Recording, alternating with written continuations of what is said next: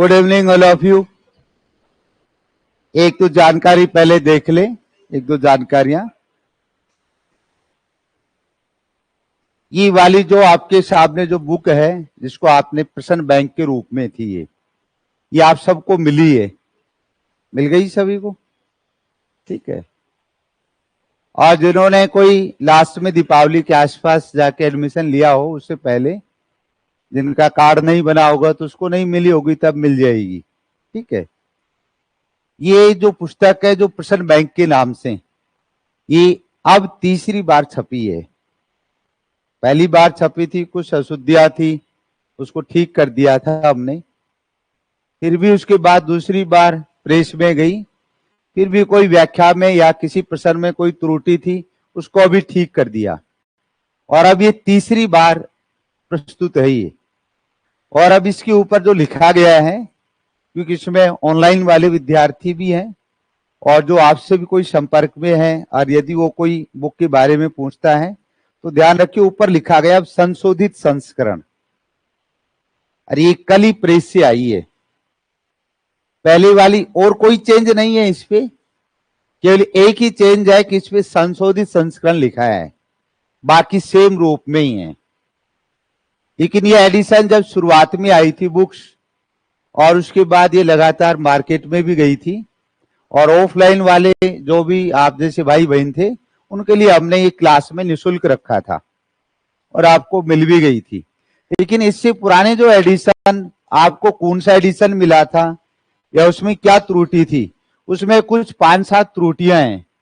तो वो त्रुटियां की जानकारी मैं आपको लिखवा देता हूं, तो आप जाके अपने क्वेश्चन बैंक में उसको ठीक कर लें। एक तो ये जानकारी है। दूसरा, एक पुस्तक ये है, दूसरी ये क्लास नोट्स के नाम से है, इसमें लिखा नहीं गया है, जबकि डेस्क्रिप्टिव है, ये क्लास नोट्स के रूप में है। जो आपको क्लास में लिखवाया जाता है वही है, उसी का ही टाइपिस्ट के माध्यम से प्रिंट कराया है और पाइल पब्लिकेशन के माध्यम से इसको प्रेस से छपवाया गया है। पहले वाली सेम बुक है, फर्क इतना है कि इसमें भी क्या लिखा गया है, संशोधित संस्करण। और इसमें एक दो चीज ऐसे पार्ट हैं, कुछ टॉपिक्स हैं जिनको कुछ और बेहतर ढंग से लिखा गया है पुरानी वाली बुक से, और कुछ टेबल से संबंधित अशुद्धियां थी। कोई भौतिक भूगोल व मानव भूगोल से संबंधित कौन कौन सी शाखाएं, स्थलाकृतिक मानचित्र में मिलियन मैप है, क्वार्टर इंच मैप है, इंच मैप है, उनकी अलग अलग टेबल थी। उस टेबल में कुछ अशुद्धियां थी, तो उन अशुद्धियों को इसमें ठीक किया गया है और इस पर भी संशोधित संस्करण लिखा गया है। ये आपने किसी ने भी नहीं ली होगी और आपको दी भी नहीं गई है, क्योंकि आपने क्लास में ही लिखा है, तो ये आपको जरूरत नहीं थी। जरूरत होती तो हम ही दे देते आपको। ठीक है, तो इसलिए आपके लिए जरूरत नहीं है। लेकिन ये ऑनलाइन वाले विद्यार्थी या कोई ऐसी बहनें हैं जो गृहिणी के रूप में घर काम करती हैं, समय कम है, लिख नहीं सकते हैं, कोई जॉब में ग्रेड 2 है, ग्रेड 1 या 3 में है, या पटवारी है, सेक्रेटरी है, कोई पुलिस में है, ऐसे बहुत से जो एम्प्लॉई हैं किसी न किसी विभाग में, उनके लिए ये ठीक है कि उनको लिखना नहीं पड़ेगा। वो क्लास नोट से अपना वीडियो देखे और बुक को देखकर आसानी से तैयारी कर सकता है। और इसमें भी कोई करेक्शन था, उसको शुद्ध किया गया है, बाकी ज्यादा इसमें कोई करेक्शन है नहीं जो आपसे संबंधित। लेकिन इसमें पुरानी बुक से और नई बुक के अंदर जो चेंज है, वो लगभग 15 पेज इसमें बढ़ गई। इस वाली बुक में इसमें 15 पेज बढ़ा दिए। 15 पेज वो बढ़ गए जिसमें हमने कुछ मैटर को बढ़ा दिया या जिसमें हमने आंकड़े अपडेट कर दिए। उस दृष्टि से 15 पेज की वृद्धि होगी इसमें। इस वाली बुक में भी चेंज है, इसमें 3 पेज बढ़ गए हैं, लेकिन 3 पेज वही बढ़े हैं जिनको आपको क्लास में पढ़ाया गया है। तो कभी आप जाने 3 बढ़ गए, हमारी वाली में तो है ही नहीं। इसमें बढ़े हैं, लेकिन वो जो भी जितने भी प्रश्न है, इसमें तो प्रश्न ही है, क्वेश्चन बैंक है, वो सारे प्रश्न आपको क्लास में करवाए हैं, समझाए गए हैं। वही प्रश्नों की संख्या कुछ कार्टोग्राफी में बढ़ा दी, कुछ समुद्र विज्ञान में बढ़ा दी, जहां भी हमें उपयुक्त लगा तो कुछ प्रश्नों की संख्या को बढ़ा दिया। लेकिन इसमें जो त्रुटियां थी उसको एक बार आप नोट कर लें। और दोनों ही संशोधित हैं, कल ही प्रेस से आई हैं। ऑनलाइन वाले विद्यार्थी कोई भी लेता है तो अभी जिन्होंने भी ऑनलाइन में भी परचेज किया है दीपावली के आसपास, ऑनलाइन ऐप से भी, उन सब के पास संशोधित ही जाएगा, नए संस्करण जाएगा। उनको हमने रोक रखा था सप्ताह भर से, अब बुक नहीं आएगी तो उनको नहीं भेजेंगे, तो उनके पास नहीं जाएगी। एक ही अंतर है, इसमें संशोधित लिखा हुआ है, बाकी कोई इसमें चेंज नहीं है। अब क्या इसमें कोई त्रुटि थी, वह उस स्तर पे आप एक बार देख लें।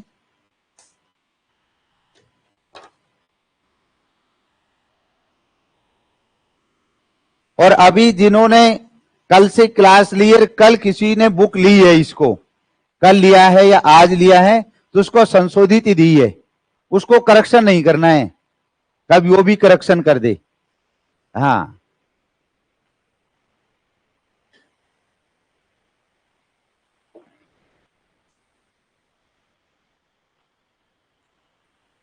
अभी इसमें पेज संख्या थोड़ा डिफरेंस है, बाकी आपके पास जो गई है मैं उसकी पेज संख्या लिख रखी है, तो पेज संख्या ध्यान रखना आप,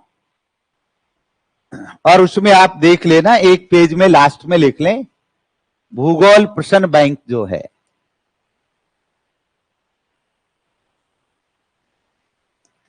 पहले तो मैं डायरेक्ट उनकी बात करता हूं जिनके ऑप्शन में आंसर गलत लग रहा है, टाइपिस्ट की गलती से आंसर लग गया। और सही बात यह कि आपने जब इसको पढ़ा तो आपने हमें मैसेज के माध्यम से बताया कि साहब ये इसमें आंसर ये है, तो हमें पता चला कि ये त्रुटि है इसमें।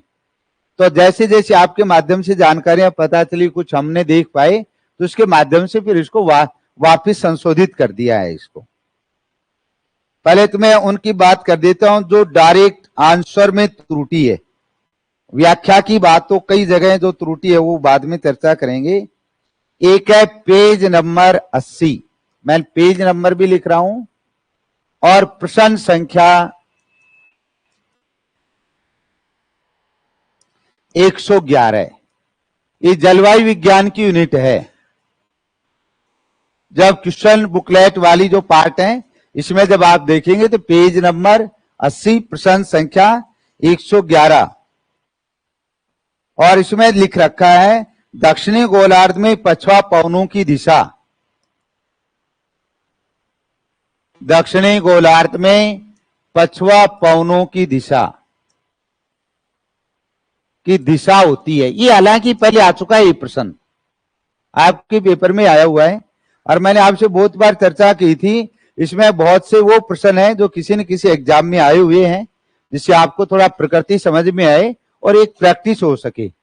दक्षिणी गोलार्ध में पछवा पवनों की डायरेक्शन ये होती है, जब आप देखेंगे ऊपर उच्च वायुदाब से उपध्रुवीय निम्न वायुदाब, जैसे आप देखते हैं ये उत्तर है, ये दक्षिण है, तो ये वाला भाग तो उत्तर पश्चिम और ये दक्षिण पूर्व। इसमें ऑप्शन गलत जो टाइप किया हुआ था आंसर के आगे, इसका आंसर ए करना। आंसर क्या बनाएं, इसका ए बनाएं। ए में आंसर सही है, उत्तर पश्चिम से दक्षिण पूर्व उस है।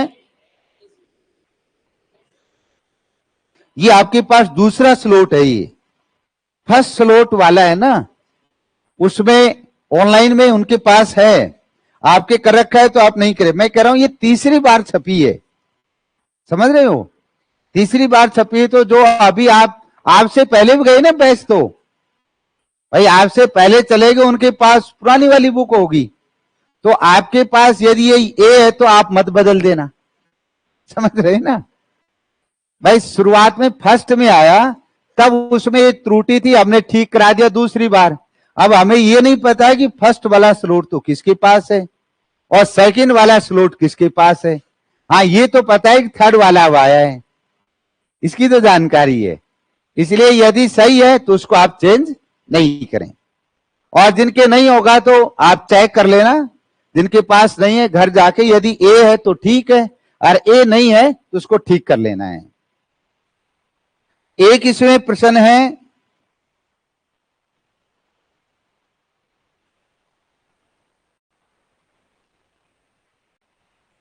पेज नंबर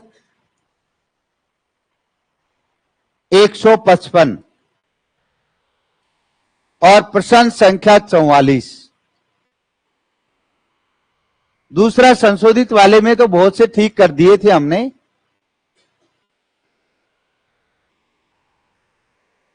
एक 155 पर प्रश्न नंबर 44, और ये अभी आपका टॉपिक आना है, रिमोट सेंसिंग से संबंधित ये प्रश्न था। जो सैटेलाइट लगे होते हैं वो कौन सी तरंगों का उत्सर्जन होता है धरातल से, और जिनका रेडिएशन के माध्यम से सूचनाएं प्राप्त होती हैं।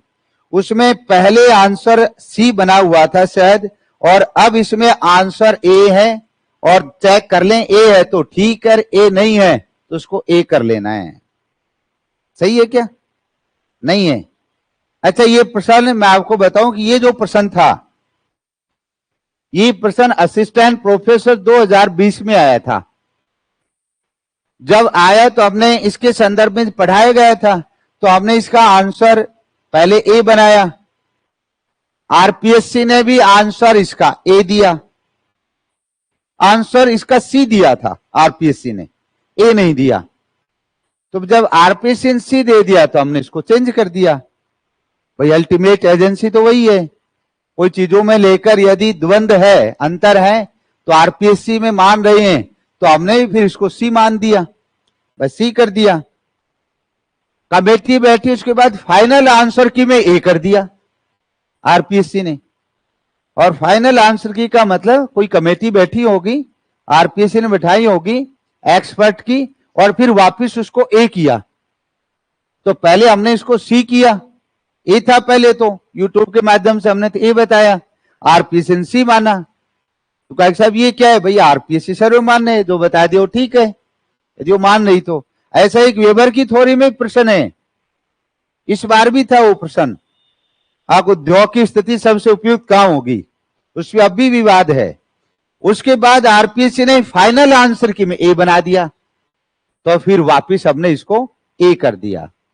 ये असिस्टेंट प्रोफेसर का प्रश्न था, तो आप चेक कर लेना इसमें ए आंसर हो। एक पेज नंबर 171,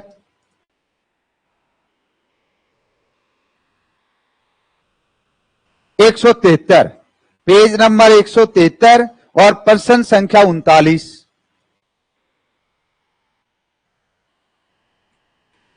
ये पुस्तक थी, एक पुस्तक लिखी हुई थी, Britain and the British seas. ये एफोर्ड जो मैकिंडर ने लिखी थी, गलती से शायद इसका आंसर डडले स्टाम्प बना रखा था, और इसका आंसर बना दें सी। सी है क्या? क्या डडले स्टाम्प है, उसको सी बना दें। एफोर्ड जो मैकिंडर जिसने हार्टलैंड थ्योरी दी थी, उन्होंने एक पुस्तक लिखी थी Britain and the British seas, और उस पुस्तक के लेखक मैकिंडर हैं। गलती से अपने इसके अंदर उसने विकल्प में दूसरा लगा दिया और डडले स्टाम्प किया हुआ था, उसको ठीक कर लें। एक पेज नंबर 227 और प्रश्न संख्या है, ये राजस्थान के भूगोल से हैं, प्रश्न संख्या 47।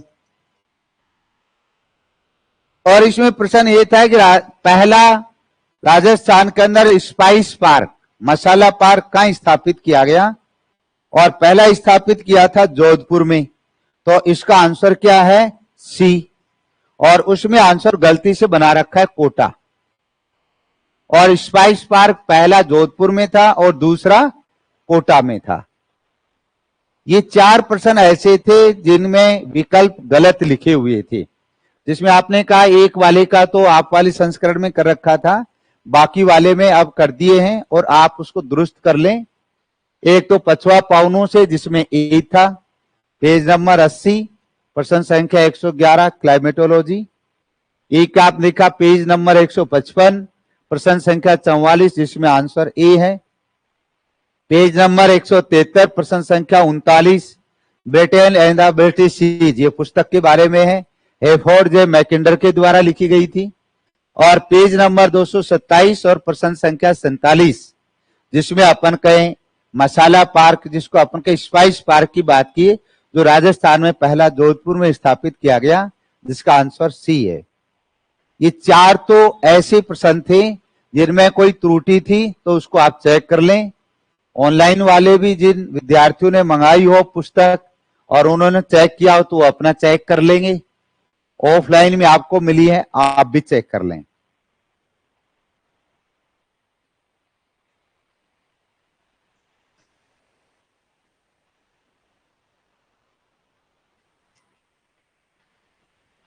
इसके अलावा कुछ प्रश्नों की व्याख्या में डिफरेंस है, मैं उसको संक्षिप्त बता देता हूं। और व्याख्या में कहीं आपको कोई अंतर नजर आए, एक जगह तो ऐसी व्याख्या आ गई, प्रश्न महादेशीय संचलन था, आंतरिक बल और बहिर्जात बलों से संबंधित है ना। अंतर्जात बल में जिसमें आप कहते हो पटल विरूपणी, धीमी गति से चलने वाले, एक आकस्मिक। पटल विरूपणी में महादेश जनक है और पर्वत निर्माणकारी, तो महादेश जनक बलों की बात थी। लेकिन उस प्रश्न की व्याख्या में गलती से कोई बॉक्स दूसरी जगह से सेट हो गया और नीचे लिख दिया चट्टान के बारे में, ये चट्टान ऐसी होती है, और प्रश्न था संचलन का, तो वो त्रुटि है एक तरीके से। और टाइपिस्ट करते करते इधर से उधर कोई बॉक्स उठ के लग गया, जिससे कुछ त्रुटियां हो गई। क्या त्रुटियां हैं व्याख्या में, उसकी बात कर देता हूं अब मैं आपसे। व्याख्या से संबंधित पेज पे चेक कर लेना, प्रश्नों की व्याख्या के संदर्भ में।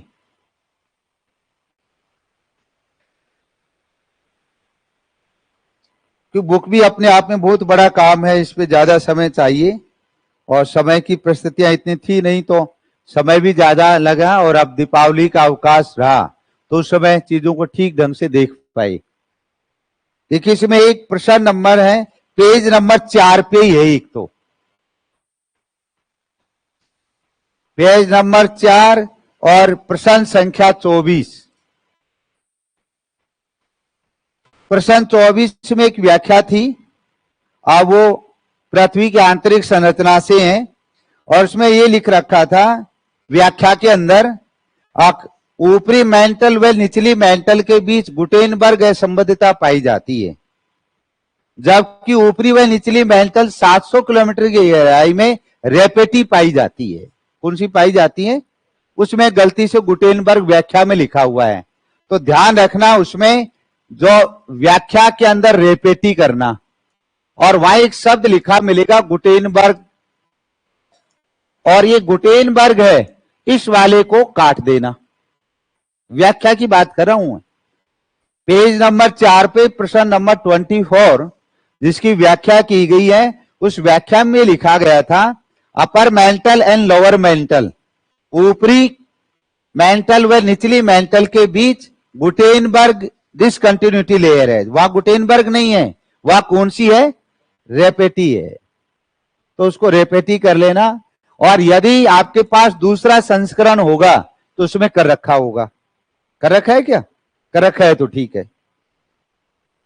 इसी में आप देखिए पेज नंबर इसी में ही प्रश्न नंबर 25, पेज 4 है, इसमें प्रश्न नंबर 25 है। और इसमें एक प्रश्न ये था, समुद्र तल प्रसरण, सी फ्लोर स्प्रेडिंग, प्रश्न बैंक कैसे पता चलेगा कि तीसरे वाला है? अरे आप लेट जुड़े हो इसलिए आपको नहीं पता चल रहा, ये इसलिए पता चलेगा तीसरे वाला है। इस पे लिखा हुआ है संशोधित संस्करण, इस पे संशोधित संस्करण लिखा हुआ है, ठीक। और दूसरी इसकी पहचान ये है, जिनका जून 2024 में नेट जीआरएफ के अंदर हुआ है सिलेक्शन, उन नेट जीआरएफ वालों की भी इधर फोटो आ गई है। नेट जीआरएफ वाले विद्यार्थी भी जिनकी हमारे पास सूचना पहुंची थी, उनकी भी फोटो इसके अंदर हमने लगा दी है, और उनको बधाई और शुभकामनाएं। तो प्रश्न नंबर 25 के अंदर जो दे रखा था, सागर तली प्रसरण, सी फ्लोर स्प्रेडिंग, सागर तली प्रसरण है, ये हैरी एस ने दिया था। इस पुस्तक में आप देखेंगे तो सविंदर सिंह में तो 1960 देता है और एनसीईआरटी में 1961 देता है, लेकिन ये वास्तव में 1960 ही है और पहले अपने पेपर में पूछा भी जा चुका है। तो इसकी व्याख्या में आप ध्यान रखना 1960 ईस्वी करें, 1961 है उसको काट दें, वहां 1961 लिखा हुआ है, उसको 1960 करना है। हैरी एस ने सागर तली प्रसरण जो थ्योरी है वो 1960 में दी थी, उस व्याख्या में 61 लिखा गया था, उसको ठीक किया है। एक देखिए पेज नंबर 33 पर व्याख्या की बात है, 33 पर, और प्रश्न संख्या है 94। उत्तर इनके सही हैं, उत्तर को मत गड़बड़ कर देना, इनकी केवल व्याख्या में जानकारी में थोड़ी सी त्रुटि है। 33 पर 94 नंबर का जो क्वेश्चन है उसमें दे रखा है गुम्फित नदी, और आपको ध्यान हो मैंने बात की थी जब भी गुम्फित नदी का प्रश्न आए तो इंग्लिश को चेक करना। यदि ब्रेडेड स्ट्रीम आए तो आप समझ जाना डेल्टाई भाग की बात कर रहा है, और ब्रेडेड चैनल शब्द आ जाए तो आप समझ जाए भाबर प्रदेश, जहां नदियां कहां से उतरती हैं, पर्वतीय भागों से उतरती हैं, जो मोटे मोटे कंकड़ पत्थरों के नीचे से बहती हैं, जिसको आप गृहपदीय भाग कहते हो, वह ब्रेडेड चैनल शब्द का प्रयोग किया जाता है। हिंदी में गुम्फित नदी कहता है, इंग्लिश में ब्रेडेड स्ट्रीम है तो डेल्टाई भाग, ब्रेडेड चैनल है तो भाबर प्रदेश वाला भाग है, ये ध्यान रखना है। तो ये उसमें दे रखा था ब्रेडेड स्ट्रीम, तो इसकी जो व्याख्या थी उस व्याख्या को आप अपने नोट्स के अनुसार सही कर लेना, कि अब मैं व्याख्या उसमें लिखवा दी, हालांकि इसमें नए संस्करण में तो लिख दिया है कि नदियों के डेल्टाई भाग के अंदर अलग अलग शाखाओं में बटकर बहती है, इस रूप में उसको लिख दिया, तो आप व्याख्या को ठीक ढंग से कर लेना। और आपको क्लास नोट्स में लिखाया गया है, और किसी विद्यार्थी ने लेट ज्वाइन किया है तो अपने ऐप के अंदर देख लेगा उस टॉपिक को, और पीडीएफ में भी लिखाया हुआ है, उससे भी उसको दुरुस्त कर लेगा। इसी गुम्फित नदी से दूसरा प्रश्न है जो पेज नंबर 35 पर है, और ये प्रश्न नंबर जब आप देखेंगे तो 104 है, और ये भी गुम्फित नदी से ही है, क्योंकि गुम्फित नदी के बारे में व्याख्या वाला पार्ट था वो गलत टाइप हो गया। तो 11 जो आप देखेंगे इसमें ब्रेडेड चैनल वाला भाग है तो गुम्फित नदी हिंदी में, और ब्रेडेड चैनल है तो गृहपदीय भाग है, तो इसकी भी व्याख्या को आप देख लेना, पुरानी वाली व्याख्या को हटा देना।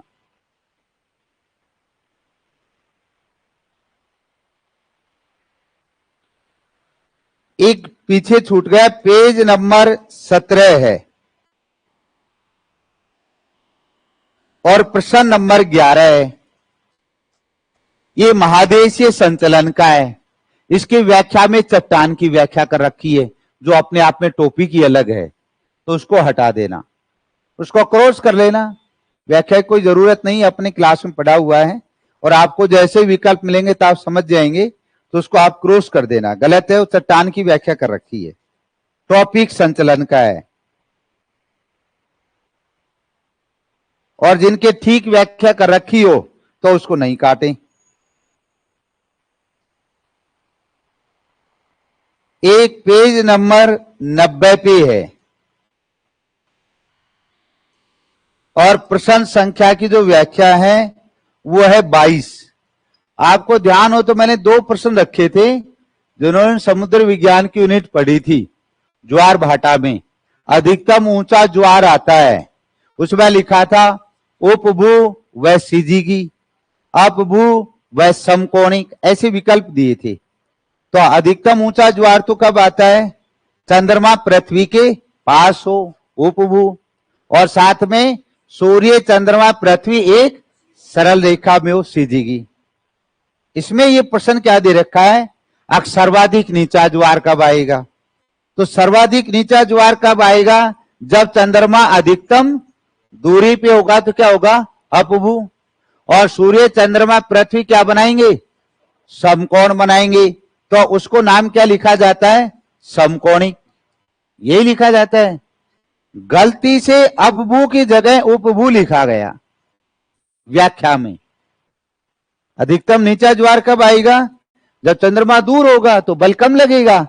तो वहां होना तो क्या चाहिए था? अपभू और समकोणिक, और लिखा क्या गया? उपभू। तो उपभू को काट देना।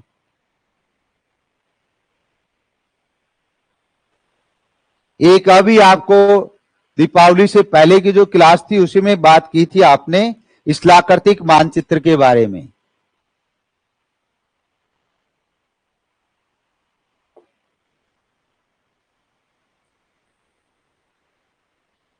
और उसमें क्या बात की गई थी, और वो आपके वाले में भी दूसरे संस्करण में भी त्रुटि है। देखिए पेज नंबर 154 और प्रश्न नंबर 39। इसमें ये लिखा हुआ है 53P/, नॉर्थ ईस्ट/10। ये लिखा, ये प्रश्न है और इसकी आरआई पूछी होगी उसमें। आपको ध्यान हो तो, जिन्होंने पढ़ा उसको ध्यान आ गया होगा। 53 नंबर की मिलियन सीट है, ए से पी तक क्वार्टर इंच मैप है। फिर डायरेक्शन की बात करता है, ठीक है। पी वाला पार्ट था उसको 4 दिशाओं में बांट दिया। उसके बाद पी वाले भाग को ही यदि दिशाओं में नहीं बांटे तो 1 से 16 में बांट दिया। 1 से 16 में बांटा था। और जिन्होंने स्थलाकृतिक मानचित्र नहीं पढ़ा तो वो इसमें दिमाग नहीं लगाई, क्योंकि उसको समझ में नहीं आएगा ये क्या कहानी है। जिसने पढ़ा है उसी को समझ में आएगा ये। तो ये क्या है कि यदि इस पी वाले भाग को ऐसे भी बांट सकते हो और पी वाले भाग को 1 से 16 भी, लेकिन इसमें दोनों साथ नहीं लिखे जाते हैं। इसलिए इसमें आपको ध्यान रखना है, इसको क्या लिखना? प्रश्न को 53P/10 ये होना चाहिए था। अच्छा, आंसर वही है, आंसर नो चेंज, आंसर में कोई चेंज नहीं है, लेकिन ये होना क्या चाहिए था? 53P/10। और इसकी व्याख्या के अंदर भी जो दे रखा है उसको भी ठीक कर लेना। प्रश्न में ही लिखा हुआ है, ये प्रश्न में भी लिखा होगा और व्याख्या में भी लिखा होगा।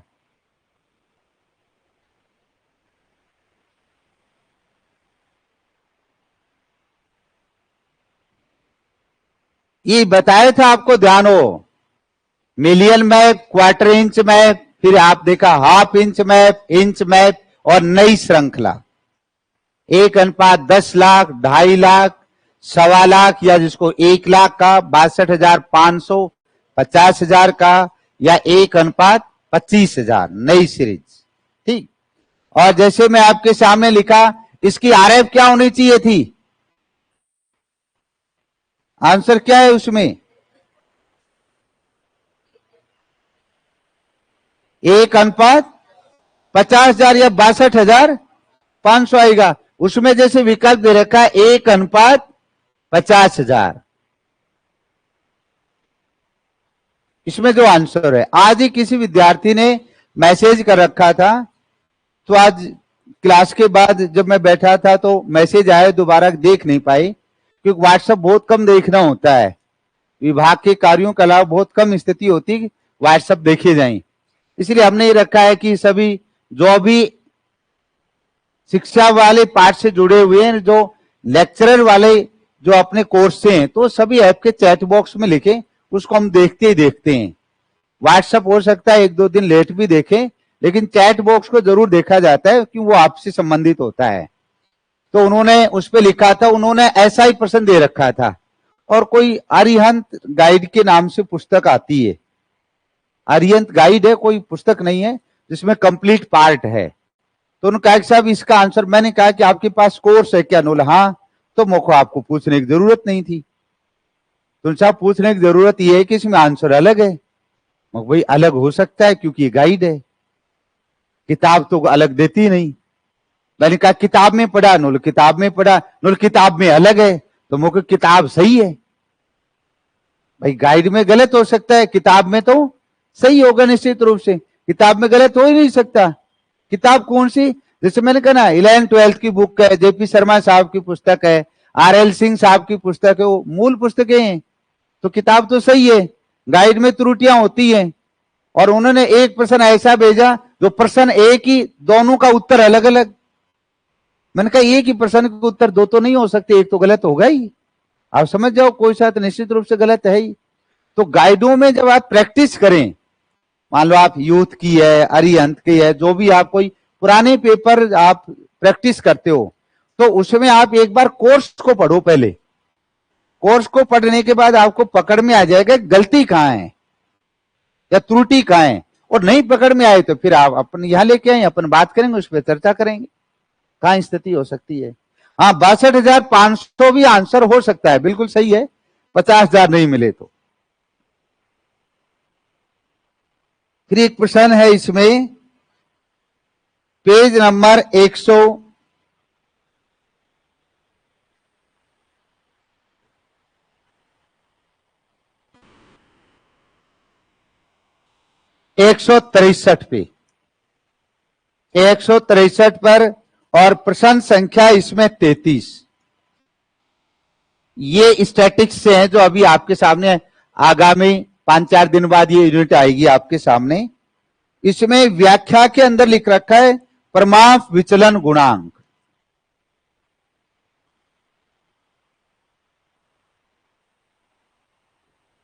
स्टैंडर्ड डेविएशन जो अपन कहें कोफिशिएंट जिसको कहता है, और इसका सूत्र होता है स्टैंडर्ड डेविएशन बटे एक्स बार, परमाणु विचलन गुणांक। और यदि कहता है विचरण गुणांक, कोफिशिएंट वेरिएशन, विचरण गुणांक का सूत्र होता है स्टैंडर्ड डेविएशन बटे एक्स बार गुना 100। गलती से परमाणु विचलन वाले में भी गुना क्या कर रखा है, 100 कर रखा है, तो इस वाले भाग को काट दें। परमाणु विचलन गुणांक जो है उसका जो फॉर्मूला है वह स्टैंडर्ड डेविएशन बटे एक्स बार समांतर माध्य है, और विचरण गुणांक का सूत्र होता है स्टैंडर्ड डेविएशन बटे एक्स बार गुना 100। उसमें परमाणु विचलन गुणांक है तो उसको ठीक कर लेना। ब्रिटिश एंड ब्रिटिश चीज की बात हो गई, स्पाइस पार्क की बात हो गई, और एक है 176 नंबर पेज पे,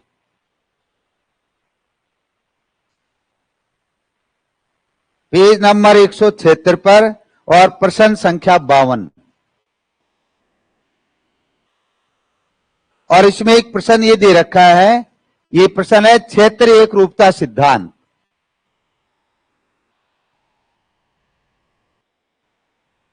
यही होगा ये प्रश्न, क्षेत्र एक रूपता सिद्धांत, यूनिफाइड फील्ड थ्योरी जो एसबी जोन्स ने दिया था, एक स्टेट का विकास कैसे होता है उसके बारे में दिया था। और उसमें बताया था एसबी जोन्स साहब ने एक स्टेट का विकास, उसके 5 क्रमिक सोपान हैं। सबसे पहले राजनीतिक विचार आता है, वैचारिक व्यवस्था मस्तिष्क में, विचार के बाद जो अपन के निर्णय लिया जाता है, निर्णय के बाद गति होती है, और गति होने के बाद किसी क्षेत्र पे जाके रुकते हैं तो वो क्षेत्र होता है, और वही क्षेत्र राजनीतिक क्षेत्र बन जाता है जो स्टेट की इकाई बन जाता है। तो जैसे कहा कि सबसे पहले जो राजनीतिक जो विचार था वो सबसे पहले यहूदी धर्म के लोगों में आया, और इजराइल कोई नया राष्ट्र बनाए, इजराइल के बारे में दिया हुआ है। तो इजराइल यहूदियों का एक अलग राष्ट्र, और उसमें लिखा था वेलफोर घोषणा पत्र जारी हुआ, और उसमें जो वेलफोर घोषणा पत्र दिया हुआ है वो 1907 लिखा हुआ है,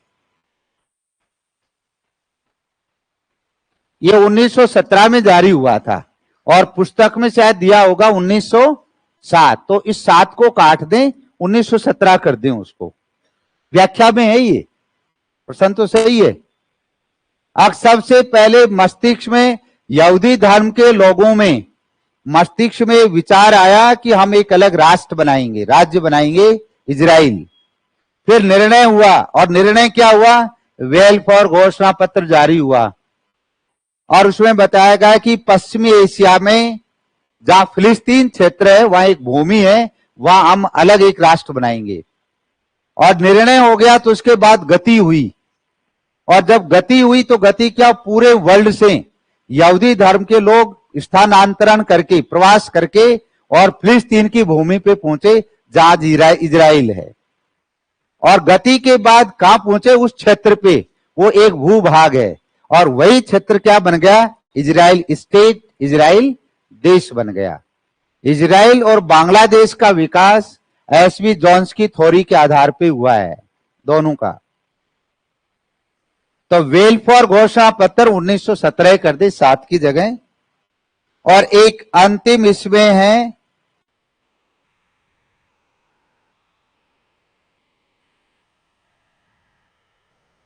इसी वाले पेज पे, ये प्रश्न नंबर 53, और उसमें ये लिख रखा है, शायद किसी संबंधित जियोपॉलिटिक्स से, भू राजनैतिक विचारधारा से प्रश्न था। कार्ल हाउसहोफर ने जियोपॉलिटिक्स का कंसेप्ट दिया था। राइटजाइल ने जो कहा था कि राज्य का विकास जीव की तरह होता है, उसी कंसेप्ट को आगे बढ़ाया था। तो इसमें कार्ल हाउसहोफर के बारे में लिख दिया। इनकी एक पुस्तक मीन कैंप, तो ये मीन कैंप इनकी पुस्तक नहीं, इसको काट दें व्याख्या में।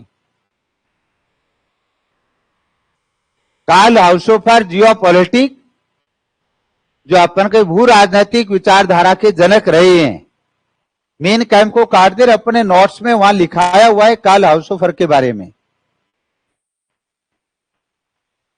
यह दोनों बुक्स कहां मिलेगी, मार्केट में है भाई।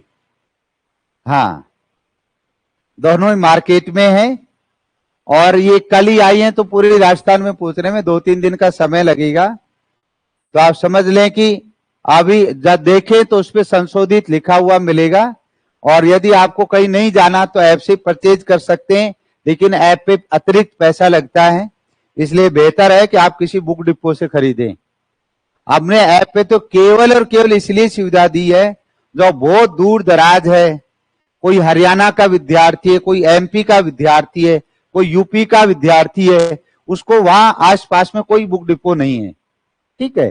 तो उनके लिए है कि वो ऐप से परचेज कर लें, और पता चले 50, 60, 80 रुपए कुछ अतिरिक्त लग जाए, लेकिन बुक पहुंच जाए। वो हमने एक माध्यम सुविधा दी है। बाकी जो राजस्थान में उनको बुक डिपो से ही पुस्तक को खरीदना चाहिए, उसमें 60-70 रुपए सस्ती मिलेगी। अंततः इस पे पोस्टल चार्जेस लगते हैं तो ज्यादा खर्चा आता है। हमने केवल ऐप के ऊपर बुक्स इसलिए दी है जो दूर दराज रूप में वो उसको भी उपलब्ध हो सके। बाकी हमारा इस पे बुक्स रखने का कोई उद्देश्य नहीं है। और ये मैंने कहा था, ये क्वेश्चन बैंक है, आपको ऑफलाइन मिलना ही है, तो आपको कोई जरूरत नहीं है।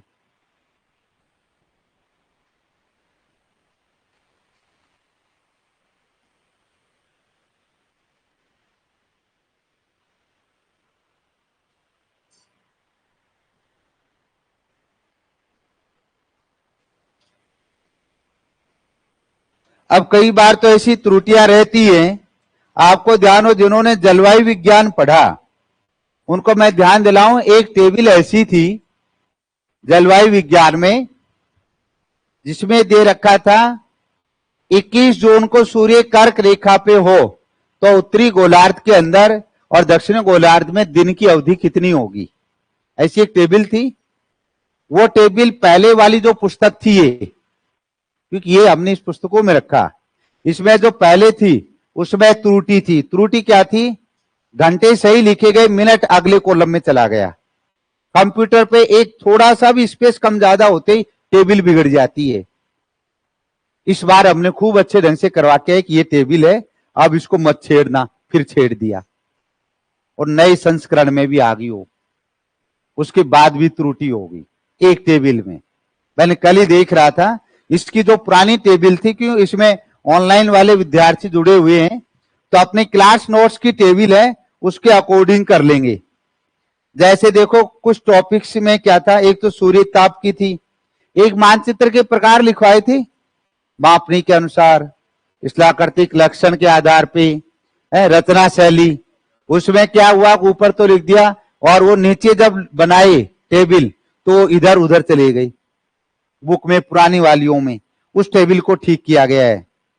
एक स्थलाकृतिक मानचित्र की टेबल बनाई थी, टोपोग्राफिकल शीट की, million map, quarter inch map, इनसे संबंधित। उसमें पहला ही चित्र ही समपटल सर्वेक्षण का आ गया, तो वो तो और भी ज्यादा गड़बड़ हो गया था, उसको भी ठीक किया गया इसमें।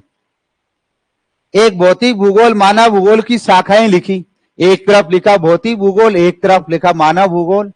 उन्होंने एक ही लाइन में लिख दिया, सारी एक साथ लिखी गई। विद्यार्थियों को पता ही नहीं कौन सी भौतिक भूगोल की और कौन सी मानव भूगोल की है।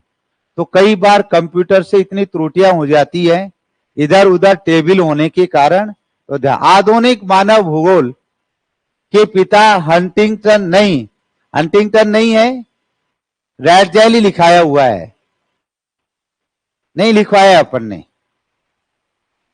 पेज नंबर 122 पे नहीं है, इस बुक में भी ऐसा नहीं है, किसी भी पुस्तक में नहीं है, ये मेरे ध्यान है, ऐसा नहीं लिखवाया हुआ है।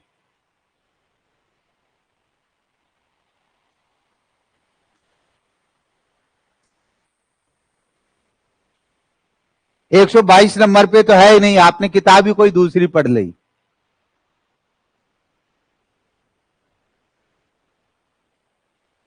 इसमें ऑब्जेक्टिव में हो सकता है,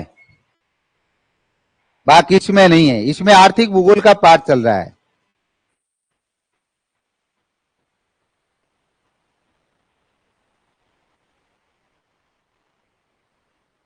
ऑब्जेक्टिव में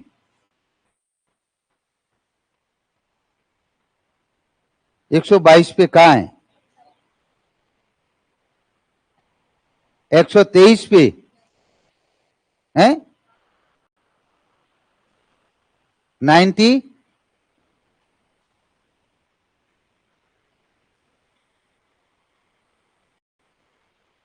व्याख्या में गलती है। हाँ सही है, व्याख्या में लिखा गया है, बाकी प्रश्न नहीं है। 100 आप भी देख लेना, इसमें 125 नंबर पेज पे वह उस वाले पे है जो अपन ने बुकलेट की बात की। पेज नंबर कितने नंबर है? 100, क्योंकि इसमें नया है अब ये 122 122-23 पे। और प्रश्न नंबर कितना है? 96। इसमें व्याख्या में लिखा हुआ है, व्याख्या में आधुनिक मानव भूगोल के पिता।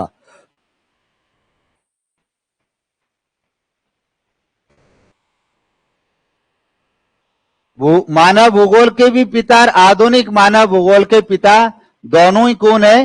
रैटजेल है।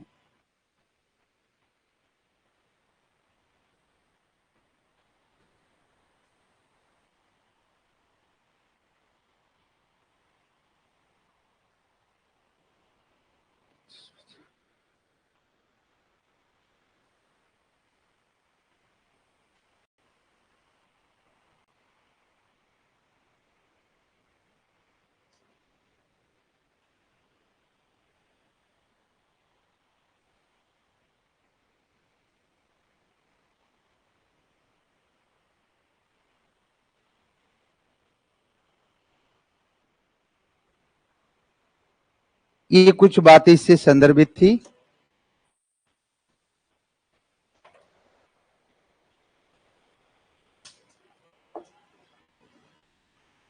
और अब आगे हेडिंग डाल दें, plane table survey. Ravi class continuous रहने दें, क्लास को नहीं, कंटिन्यूस ही रहने दें, इसी को ही नहीं, कंटिन्यूस ही रहेगी। ये भी रिकॉर्डिंग नहीं थी क्या? रिकॉर्डिंग रखना चाहिए था। हाँ रिकॉर्डिंग रखें, एक ही क्लास रहने दे, अलग नहीं करें।